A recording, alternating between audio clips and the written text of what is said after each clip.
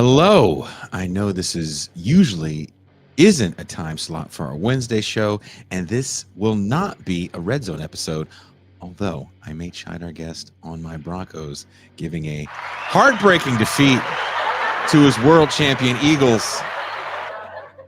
As I said yesterday, the scheduling of these great minds is causing a bit of turmoil in our scheduling.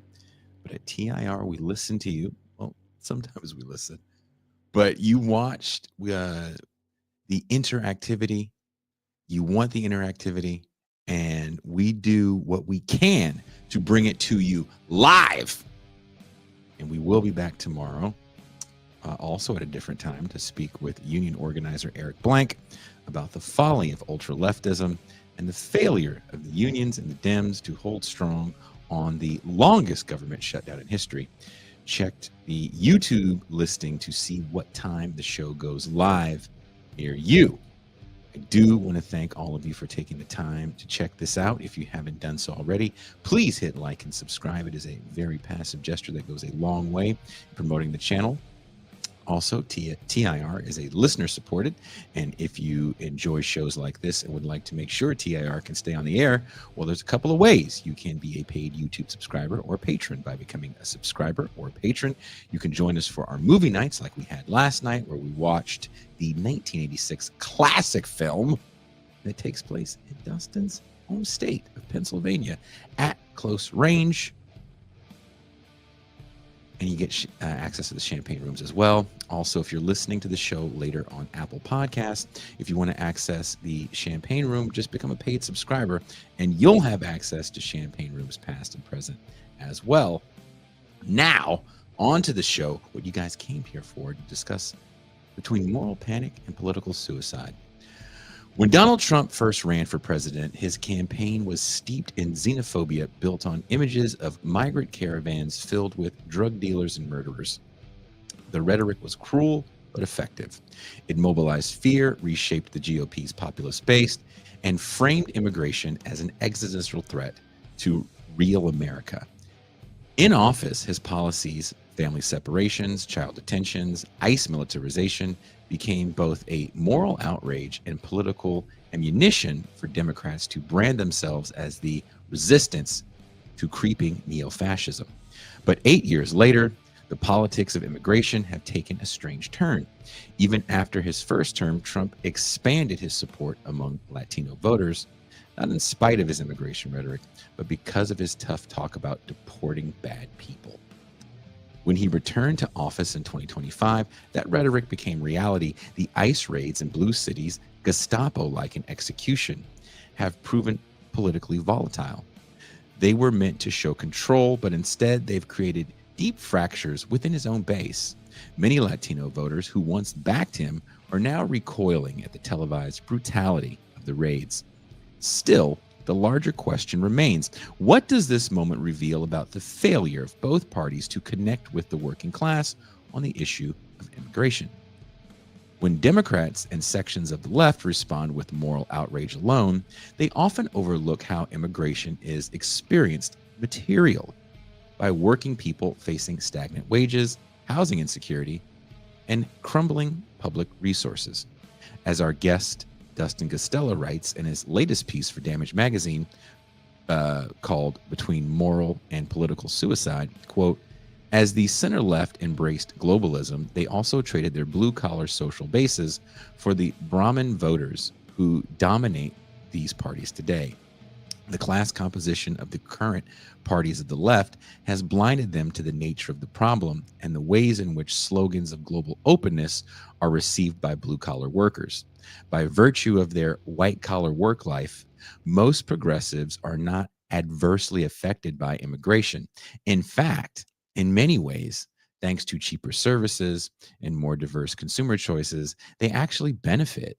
As a result, they have internalized the notion that globalized labor markets benefit all. They are permanently shocked to find that the masses reject that claim, unquote, unquote.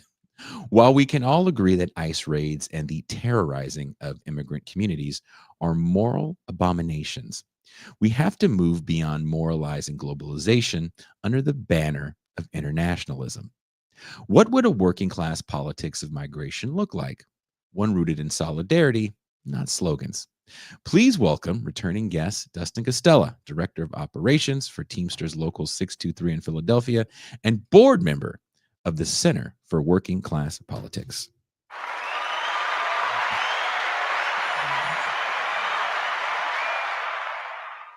Thanks, Jason. Thanks for having me.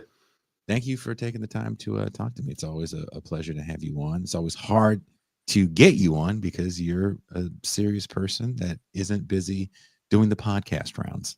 So when you're busy actually doing the organizing work, you don't have time to shoot the shit with someone like me. And I'm okay with that. In your piece between moral and political suicide, which if you are listening or watching this show, there's a link in the description to the piece in Damage Magazine, you draw a distinction between moral and material politics.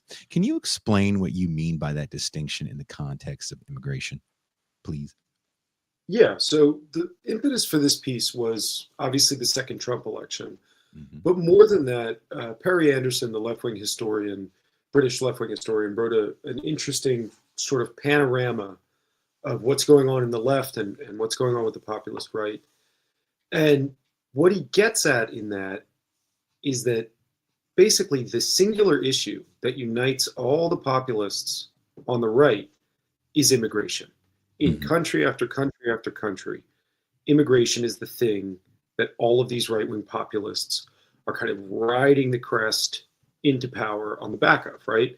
And they're all asking for the same thing: restricted immigration, kick the immigrants out.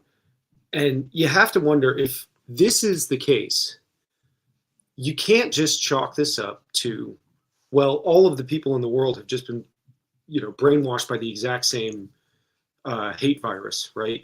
Xenophobic hate virus. You have to say, okay, even if this is driven by xenophobia, even if this is driven by, anxieties about difference or anxieties about diversity or anxieties about change, there's something that has to be driving this. And this is what it means to move from the register of sort of moralism, which is to say we stand morally for the openness of a society, into the register of democratic or material politics, where we actually think, okay, what is it that's going on here that's driving the same exact phenomena in France, in Italy, in Germany, in the United States, in Mexico, in Denmark? How is it that all of these forces are having a similar effect all over the world? And so what I wanted to see was, okay, what is really going on with immigration? And when you peel back the layers, you start to learn that, well, this is an issue that many parties on the center left have basically, given up on trying to figure out, and instead shopped out the policy playbook to, and Bernie said this, almost 10 years ago now, shopped out the policy playbook to people like the Koch brothers, who really liked the idea of cheap, pliant labor in the rich countries and thought it would be fine to just allow the immigration system to kind of tacitly open up and let in tons of immigrants in order to keep wages low. And that was their plan all along. And it turns out it worked. And it frustrates a lot of people across most of the developed world and the developing world. You write, excuse me, that the center left traded their blue collar social bases for Brahmin voters. First of all, you might want to explain to people what a Brahmin voter is and how did that shift happen and what has it done to the left's ability to speak to working class concerns? Yeah, so Brahmin voters is a phrase that Thomas Piketty, the French economist, came up with when he was looking at the composition of right-wing and left-wing parties all over the West, basically. And what a Brahmin voter is somebody who is educated, highly educated, usually a white-collar worker, usually works in the knowledge sector in one of the big coastal cities, right? These voters have come to be the new base of left-wing parties. They are the major force of left-wing parties, right? We hear all the time how the left is, the Democrats have lost the working class, or in Europe, it's the Social Democrats have lost the working class. And part of what is happening there is that these center-left parties have basically built their political strategy around winning white-collar, highly educated voters, usually voters with fairly high incomes as well, to supplement the fact that they've lost a big chunk of their working class base. So that's the Brahmin phenomena. And this is a phenomenon that's happened all over the world. The United States is not unique. There is maybe 1 or 2 countries in the world where it's not happening. And we'll get into that because it's quite closely related to the immigration issue. Mm-hmm. Now, how they did this and what effect it's had is pretty simple. I think what happened starting in the 1980s is many left-wing parties had given up on the bigger dream of true social transformation, a democratic political economy, and they signed on to the idea that, look, history is going to be ending. Socialism, capitalism, these are old-fashioned fights. What's new now is everybody's going to prosper. We're going to have a global society. Technology is going to make everything cheap, abundant, and easy to access. And so this old framework of the working class and the professional class and these different classes that are sort of vying for their interests, that doesn't really work anymore. Of course, the reason they came to think this was because suddenly these parties were extremely reliant on corporate donations that became a major reason for them to reevaluate sticking with their working class constituents who had demands that were diametrically opposed to their donor class funders. So they created, Clinton and, Blair over in the UK and a dozen other parties. This happens in France, it happens in Germany, it happens in Italy.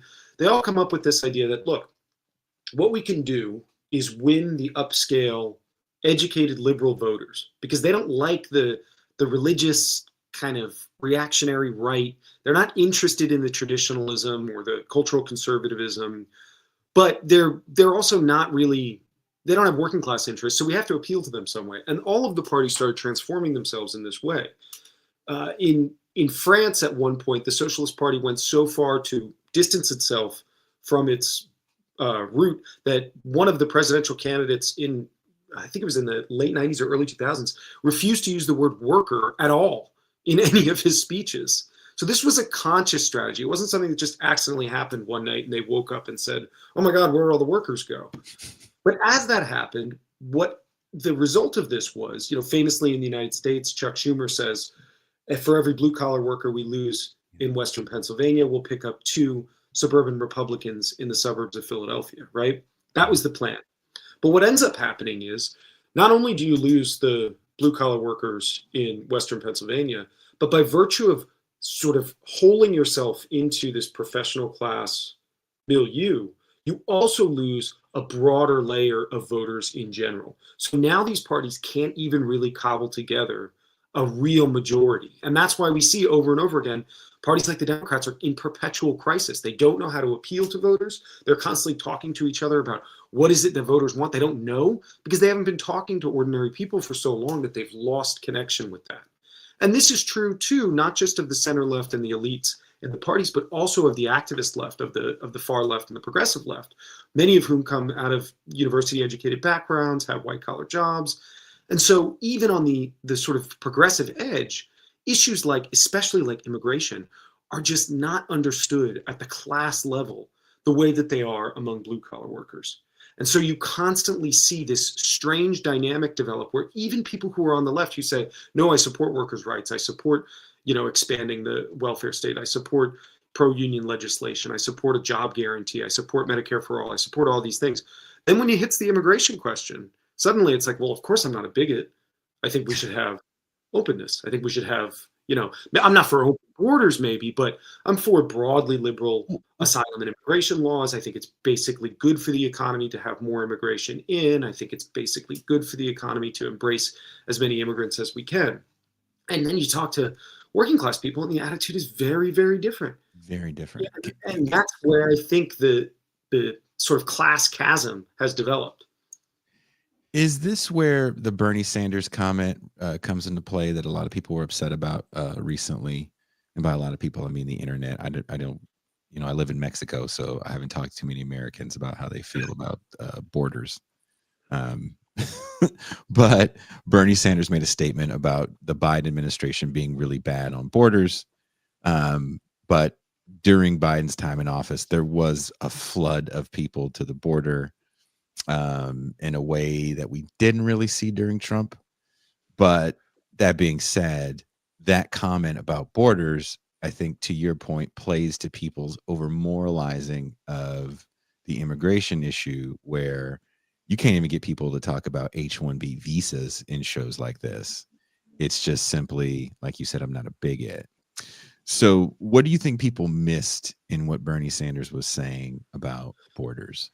Yeah, so Bernie's been saying this forever. I mean, one of the big things, and it's very funny now because it shows to a certain extent the way in which Bernie has been so far ahead of the Democratic Party on all of these issues, and that even some of his activist supporters have not quite caught up to him.